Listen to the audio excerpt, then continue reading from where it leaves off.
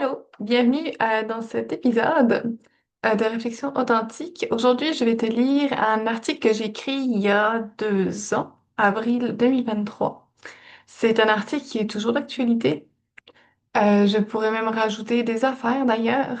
Et c'est Estime vs Confiance en soi.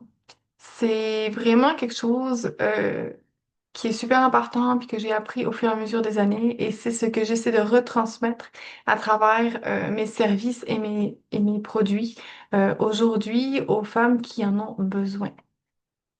Donc, comment avoir confiance en soi? C'est pas toujours inné avoir confiance en soi. Le physique, la personnalité, tes passions, ta maison, tout peut être sujet à complexer et à diminuer ta confiance en toi. Alors, comment est-ce qu'on peut s'aider sans nécessairement devoir tout changer? Oprah Winfrey disait, lorsque tu sous-estimes ce que tu fais, le monde sous-estimera qui tu es. Une petite phrase à bien noter. La confiance en soi ou l'estime de soi. En 2016, j'ai quitté la France pour aller à Matane où j'ai fait 1 an d'études. Ça fait 10 ans que je suis au Québec à l'heure actuelle. En 2020, j'ai quitté ma job fucking bien payée pour être à mon compte où je ne connaissais absolument rien. En 2021, j'ai quitté mon ex-conjoint de 5 ans de relation, ma maison dans laquelle j'ai fait beaucoup de réno, pour m'en aller avec mon chien dans une région que je ne connaissais pas du tout. Dans une maison où il fait 10 degrés en hiver et que c'est vraiment difficile à chauffer. En 2022, je me suis lancée comme charpentière menuisière pendant quelques mois.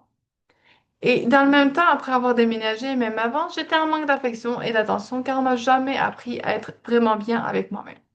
Je suis donc approchée au presque premier gars toxique qui me rendait accro, qui jouait au chaud-froid et qui mentait. J'acceptais les mensonges, les réflexions blessantes et qui me mettait plus bas que terre. Il m'a ghosté et ça c'est pour le meilleur, maintenant que je sais ce qui n'allait pas chez moi. La confiance en soi. La confiance en soi, je l'ai appris lorsque je me guérissais, c'est le fait d'accomplir et de réaliser des choses. C'est le fait de quitter la France pour venir ici au Québec. C'est le fait de déménager seul avec mon chien dans une région où je ne connais personne, loin de mes amis et pas un sou. C'est le fait aussi de me lancer dans ce que j'aime.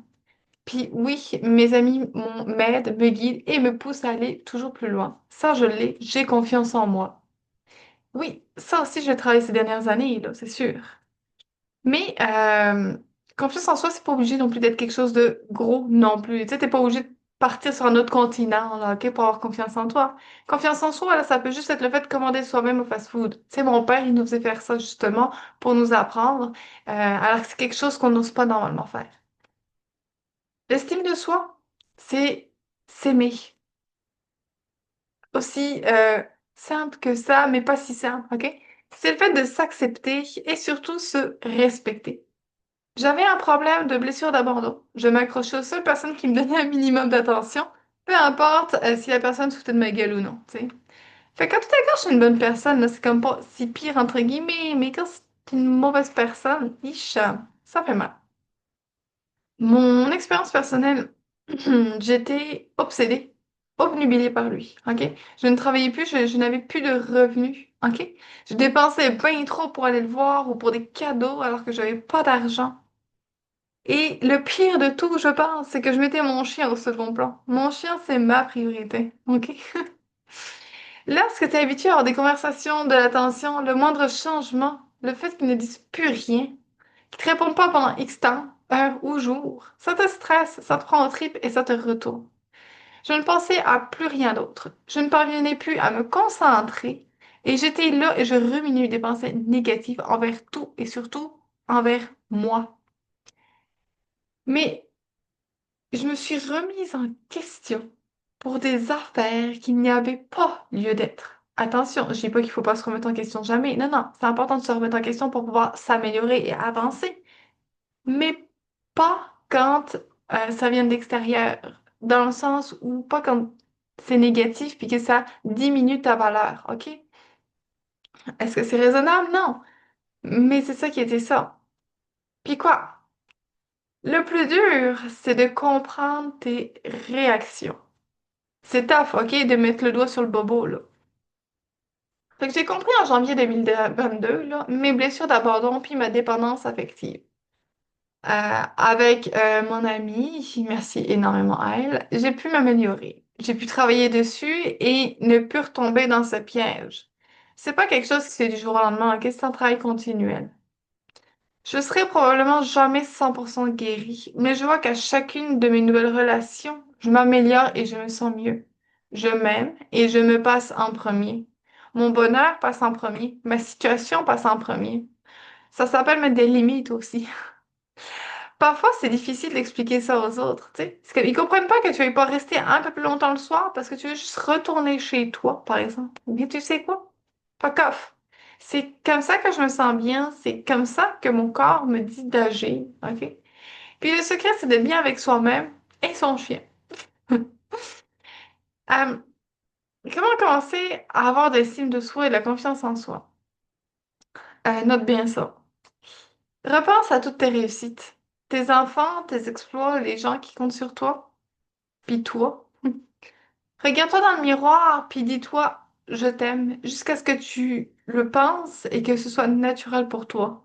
Moi, celle-là, j'ai comme pleuré les premières fois parce que j'étais comme pas capable de me dire que je m'aimais. Mets-toi en priorité ce que tu aimes et tes priorités à toi, ok? Sors, prends le soleil, respire, ça apaise les pensées. Autorise-toi à vivre tes émotions. C'est correct de vivre ses émotions, ça je le dis et le répète là, c'est correct de vivre ses émotions. Pleure, ris, souris, peu importe. Tout est valide. Il faut compléter le cycle de tes émotions pour passer à autre chose et te sentir mieux.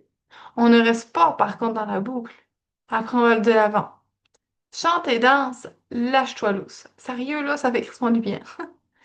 Commence un journal où tu écris tous les soirs avant de te coucher. Ça te libère des frustrations, ça te fait te poser des questions, ça te fait réfléchir, mais pas trop. Ça te libère, ok? Et aussi, demande-toi ce qui compte vraiment pour toi. Fait que c'est ça. Si ça résonne avec toi, là, n'hésite pas à me dire quand est-ce que tu t'es déjà senti abandonné par quelqu'un, si tu as des problèmes d'estime ou de confiance en toi. Ça me fait plaisir de te lire. Écris un commentaire ou viens m'écrire en privé, ça me fait plaisir. Et si ça résonne avec toi, je t'invite à t'abonner à la chaîne et à venir lire le message au complet ou à t'inscrire à l'infolettre. Fait que passe une belle journée.